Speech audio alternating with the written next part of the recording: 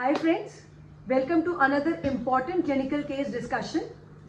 So we all have been placing caps or crowns over teeth in our practice, alright, in our third years, in our final years, even as interns, we have been doing the crown cuttings around the tooth to take impression and make a crown and place that crown on a natural tooth.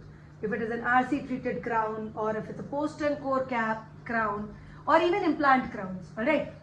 So one of the very important steps during the impression making is the shade selection. Alright, very often we use these different Vita shade guides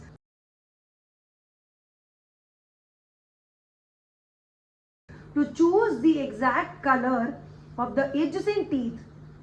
The same color we choose for the prosthesis. Alright. We often say that the shade selection should be done in natural light. But we all know that inside the clinic or in the department, there is not always a presence of a natural light. So tell me, what should be the correct temperature range of the light in your clinic or of the light in your department in which you should do your shade selection for the proper prosthesis? These are your options.